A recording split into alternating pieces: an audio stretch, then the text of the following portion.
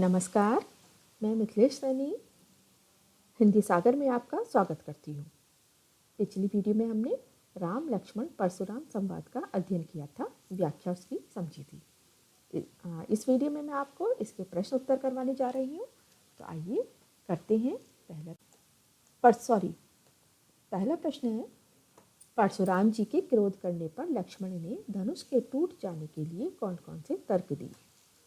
पर जब धनुष टूट गया था और परशुराम जी क्रोध कर रहे थे तो लक्ष्मण जी ने अपनी सफाई में कुछ उदाहरण दिए थे। तो वही वो क्वेश्चन में पूछ रहा है। तो परशुराम जी के क्रोध करने पर लक्ष्मण जी ने धनुष के टूट जाने के लिए निम्नलिखित तर्क दिए थे। तर्क मतलब उदाहरण दिए थे। नंबर 1, बचपन में न जाने हमने कितने ही धनुष तोड़े, लेकिन कभी किसी ने हम पर क्रोध नहीं किया। नंबर 2, श्री राम जी ने इसे नए धनुष के भ्रम में देखा था, उनके छूते ही ये टूट गया, इसमें उनका कोई दोष नहीं है। अर्थात राम जी ने तो नया समझ करके इसको उठाया था, अब उनके उठाते ही उनके छूते ही तो ये टूट गया, अब राम जी का क्या दोष इसमें। नंबर 3, इस धनुष को तोड़ते हुए उन्होंने किसी के लाभ हानि के बारे में नहीं सोचा था। अर्थात धनुष को टूटने से लाभ होगा या हानि होगी, हम क्या जाने। नंबर 4, हमारे लिए सभी धनुष एक समान है। शिव का धनुष हो या हमारा धनुष हो या छोटी छोटी धनुष हो, हमारे लिए तो सारे एक समान है। आप ना है कि हम पर इतना गुस्सा कर रहे हैं। तो ये सारे तर्क दिए थे उन्होंने। अब समझ में आ गया होगा। अब चलिए दूसरा प्रश्न। परशुराम जी के क्रोध करने पर राम और लक्ष्मण जी की जो प्रतिक्रियाएं हुई, उनके आधार पर दोनों के स्वभाव की विशेषताएं अपने शब्दों में लिखिए। यहाँ पर राम और लक्ष्मण जी ने जो प्रतिक्रियाएं की थी परशुराम जी के क्रोध करने पर, तो उनके स्वभाव की क्या क्या विशेषताएं दिखाई दी। सबसे पहले राम जी की बताती हूँ। राम जी का स्वभाव अत्यंत विनम्र, सरल व निडर है। वह बड़ों का आदर करने वाले तथा आज्ञाकारी हैं। परशुराम जी द्वारा क्रोध करने पर भी वह बहुत सरल तरीके से अपने आप को परशुराम जी का सेवक बताते हैं। उनके वचन अग्नि में जल के समान है। जैसे क्रोध रूपी अग्नि के ऊपर जल डाल दिया जाए तो वह शांत हो जाती है, तो इसी तरह उनके जल जो है वो जल के समान शीतल है। लक्ष्मण जी का स्वभाव कैसा है? लक्ष्मण जी का स्वभाव उग्र, आज्ञाकारी, साहसी, प्रतिवाद की क्षमता रखने वाला तथा व्यंग्यपूर्ण उत्तर देने वाला है। उनके वचन अग्नि में घी के समान है। घी के समान मतलब जैसे अग्नि में घी डाल दो तो वो और प्रज्वलित हो जाती है और भड़क जाती है। ऐसे ही लक्ष्मण जी के उत्तर हैं। वह परशुराम जी के प्रश्नों का निडरतापूर्वक व्यंग्यपूर्ण रूप से उत्तर देते हैं।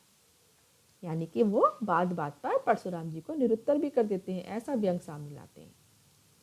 चलिए अगला प्रश्न है, परशुराम जी ने अपने विषय में सभा में क्या क्या कहा था। जब वो सभा बैठी हुई थी सारी, तो वो अपने बारे में भी बता रहे थे कि इस बच्चे को बचा लो, मैं इस तरह का हूँ, ऐसा हूँ, ऐसा हूँ। तो उन्होंने क्या कहा था, कैसे कैसे हैं वो, तो वही पूछा गया है इसमें। परशुराम जी ने अपने विषय में कहा कि वे बाल ब्रह्मचारी और क्रोधी स्वभाव के हैं, बहुत गुस्से वाले हैं। वे क्षत्रिय कुल के द्रोही हैं। क्षत्रिय कुल मतलब राजाओं का जो कुल होता है उनके लिए कहा गया है। तो क्षत्रिय कुल के द्रोही मतलब उनके विरुद्ध रहने वाले हैं। उन्होंने अनेक बार पृथ्वी को क्षत्रियों से विहीन मतलब मुक्त करके ब्राह्मण को दान में दे दिया था और अपने कठोर फरसे से सहस्त्रबाहु की भुजाओं को काट डाला था। और इस फरसे की भयानकता इतनी है कि गर्भ में पल रहा शिशु भी नष्ट हो जाता है। ये सारी बातें परशुराम जी ने अपने विषय में बताई थी। अगला प्रश्न है, लक्ष्मण ने वीर योद्धा की क्या क्या विशेषताएं बताई हैं। अब बच्चों इसमें क्या होता है कि पाठ के आधार पर विशेषताएं पूछी जाती हैं। तो ये विशेषताएं बच्चे जो हैं वो एक वीर योद्धा की विशेषताएं लिखे आते हैं, हमें ये पाठ के आधार पर बतानी है। तो पाठ के आधार पर लक्ष्मण जी ने वीर योद्धा की क्या क्या विशेषताएं बताई थी। उन्होंने कहा था कि वीर पुरुष कभी अपने पर अभिमान नहीं करते हैं, जैसे हे परशुराम जी आप कर रहे हो।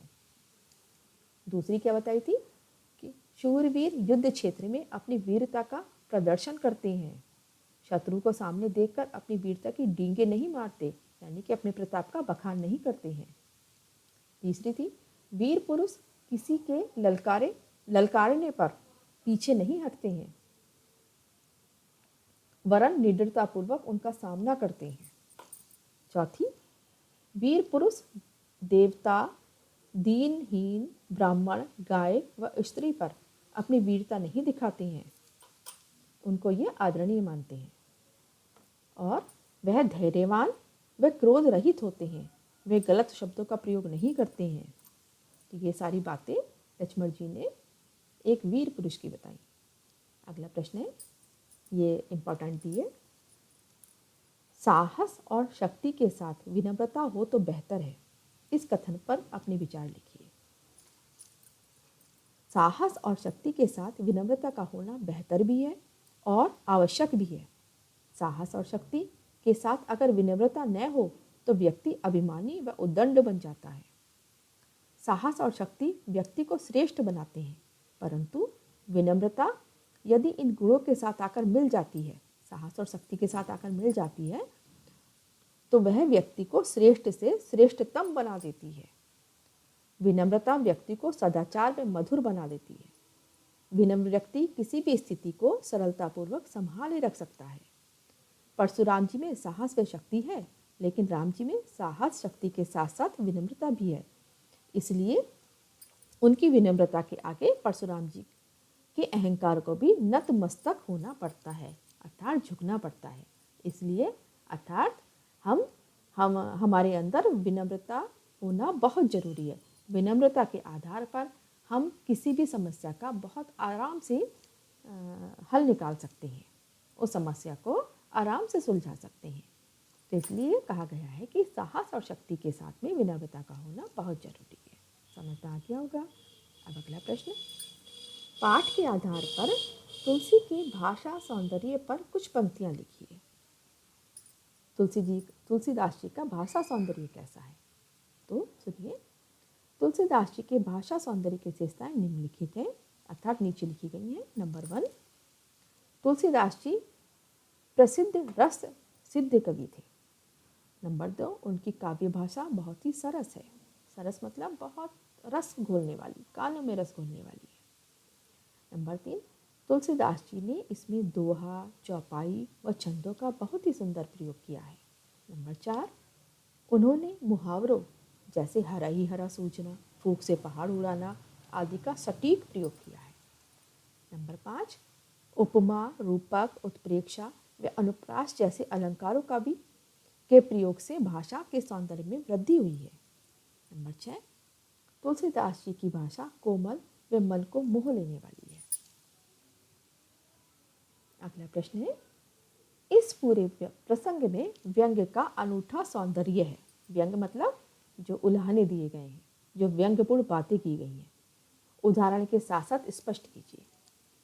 अब इस पूरे प्रसंग में व्यंग्यों की ही भरमार है।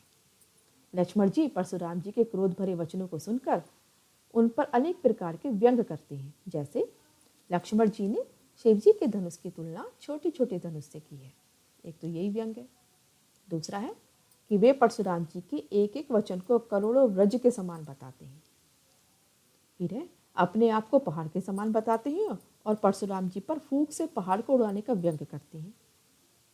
इसी प्रकार वीर व कायर की पहचान में भी करारा व्यंग छुपा हुआ है। अनेक व्यंग किए हैं लक्ष्मण जी ने परशुराम जी पर। तो आशा है आपको समझ में आ गया होगा।